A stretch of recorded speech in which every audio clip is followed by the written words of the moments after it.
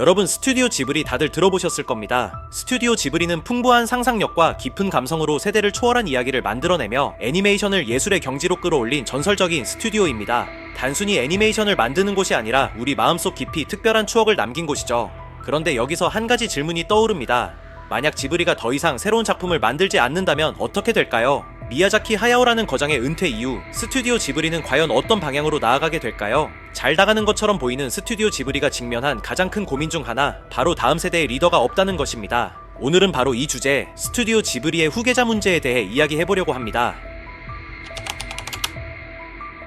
먼저 스튜디오 지브리의 간략한 역사를 되짚어 보겠습니다. 스튜디오 지브리는 1985년 미야자키 하야오와 다카하타 이사오가 설립했습니다. 미야자키 하야오는 판타지를 기반으로 한 작품을 주로 제작하며 풍부한 상상력과 철학적 메시지를 통해 독창적인 세계를 창조했죠. 우리가 아는 이웃집 토토로, 센과 치히로의 행방불명, 그리고 천공의 성 라퓨타가 미야자키 하야오의 대표적인 작품인데요. 단순히 새로운 세계를 창조한 것뿐 아니라 환경보호나 전쟁, 인간과 자연의 관계 등 철학적인 주제를 작품에 녹여내며 전 연령대에서 공감과 감동을 이끌어냈습니다. 특히 애니메이션의 기획, 각본, 디자인, 연출과 작화를 혼자 다 할 수 있는 진짜 괴물 감독이죠. 미야자키 하야오의 명성이 워낙 높다 보니 공동 설립자인 다카하타 이사오가 살짝 가려지는 것처럼 보입니다. 다카하타 이사오의 대표 작품은 반딧불이의 묘, 그리고 추억은 방울방울이 있는데 미야자키 하야오보다는 조금 더 현실적이고 성숙한 주제를 다뤘습니다. 둘은 서로 다른 방향으로 애니메이션의 가능성을 확장했고 각자의 방식으로 예술성을 보여줬죠. 이런 전성기를 보낸 이후 두 거장이 고령에 접어들게 되면서 스튜디오의 미래와 새로운 후계자에 대한 문제가 커지기 시작했습니다. 특히 2018년 다카하타 이사오가 사망하면서 이 문제는 더욱 부각되기 시작했죠.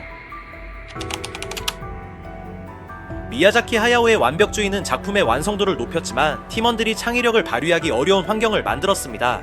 미야자키 하야오는 작품의 모든 디테일에 깊이 관여하는 스타일로 유명합니다. 특히 그가 그린 콘티를 보면 어떤 스타일인지 쉽게 파악할 수 있는데 완벽주의를 추구하면서 본인의 생각을 작품 곳곳에 넣는 것이죠. 이런 스타일은 작품의 완성도를 높이는 데 도움은 됐지만 팀원들이 창의성을 발휘하기에는 도움이 안 됐습니다. 또 은근히 고집이 강했던 미야자키 하야오는 작품을 제작할 때 자신과 충돌하는 팀원들의 아이디어를 무시한 것으로도 알려져 있죠. 고집을 보여주는 사례로 스튜디오 지브리에 사용된 지브리는 원래 이탈리아어에서 유래된 단어로 북아프리카에서 부는 뜨거운 사막바람을 의미합니다.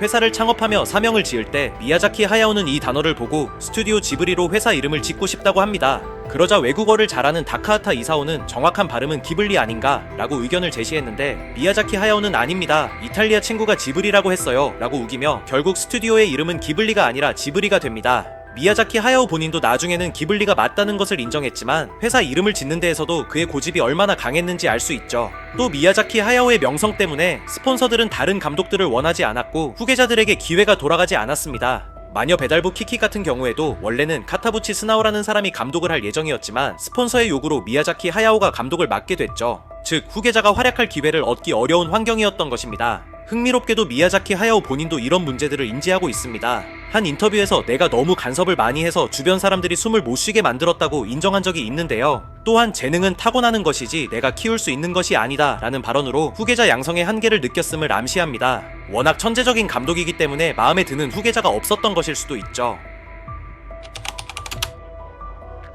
이런 어려운 상황임에도 불구하고 후계자로 거론되는 몇몇 인물들이 있긴 했습니다.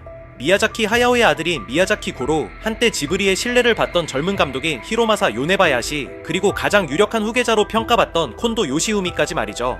결론부터 말하자면 현재로서는 스튜디오 지브리를 이어받을 후계자로 미야자키 고로만 거론되고 있습니다. 미야자키 고로 역시 스튜디오 지브리에서 감독 역할을 하며 우리에게 조금은 덜 유명한 게드 전기와 코쿠리코 언덕에서 라는 애니메이션을 감독했습니다. 하지만 미야자키 고로는 아버지와 비교되며 혹평을 받는 일이 많았는데 이런 혹평이 계속되다 보니 아예 새로운 영역을 개척하게 됩니다. 우리가 흔히 보던 지브리의 작품 느낌이 아닌 3D 애니메이션 분야로 관심을 돌려 아야와 마녀를 제작하며 독자적인 방향을 모색하는 중인데요. 어떻게 보면 스튜디오 자체는 이어받더라도 우리가 아는 지브리와는 조금 다른 방향을 잡고 가는 것이죠. 결국 은퇴를 선언했던 미야자키 하야오는 이를 번복하고 다시 작품 제작에 나섰습니다. 2017년 전 세계가 미야자키 하야오 감독의 은퇴를 받아들이려는 순간 그는 돌연 다시 시작하겠다며 복귀를 선언했습니다. 팬들은 열광했지만 그 뒤를 이어 2018년 4월 5일 스튜디오 지브리의 또 다른 축이었던 다카하타 이사오가 세상을 떠나버리게 됩니다. 한쪽 축이 사라진 스튜디오는 더욱 큰 혼란에 휩싸였습니다. 애니메이션 산업은 디즈니나 픽사처럼 체계적인 인재 양성 시스템이 필수적입니다. 특히 디즈니는 디즈니 애니메이션 아카데미라는 자체 프로그램을 통해 신인 애니메이터를 교육합니다. 이런 교육을 통해 새로운 기술을 배우는 것뿐만 아니라 전통적인 디즈니 애니메이션 철학과 감각을 계승하는 데 중점을 두는 것인데요. 하지만 지브리는 오랫동안 두 거장의 카리스마와 재능에 의존해왔고 이러한 시스템을 제대로 구축하지 못했습니다.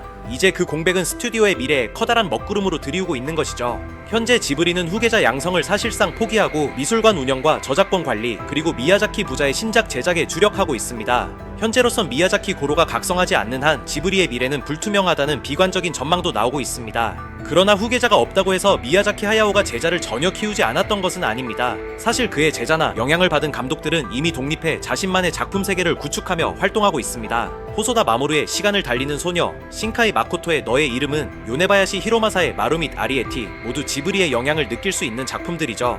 다만 그들의 작품이 지브리의 전통을 이어가더라도 미야자키 하야오의 독창적 연출을 대체하기엔 부족합니다. 더 큰 문제는 미야자키 고로가 3D 애니메이션에 관심을 돌리면서 2D 애니메이션 제작이 지브리에서 중단될 가능성이 있다는 점입니다. 미야자키 하야오가 고령으로 인해 일선에서 물러난다면 지브리는 3D 중심의 애니메이션 스튜디오로 전환할 가능성이 높습니다. 지브리가 오랜 세월 동안 두 거장의 재능에 지나치게 의존해온 결과로 이 둘이 떠난 이후 스튜디오의 역량이 크게 약화되었음을 보여줍니다. 실제로 지브리 출신들조차 내부 문제를 직접 지적하며 상황의 심각성을 인정하기도 했죠. 2023년 9월 결국 독립적인 스튜디오였던 지브리는 후계자 문제를 해결하지 못해 니폰 테레비에 인수됐습니다. 니폰 테레비 측은 기존 팬들을 실망시키지 않겠다고 공언하며 희망을 남겼지만 이 말이 현실로 이어질지는 아직 지켜봐야 할 과제로 남아있죠. 과연 지브리는 과거의 영광을 되찾을 수 있을까요? 아니면 역사 속으로 사라지는 또 하나의 전설이 될까요? 지금까지 스튜디오 지브리의 후계자에 대한 이야기였습니다. 다음에 또 다른 세상 이야기로 찾아오겠습니다.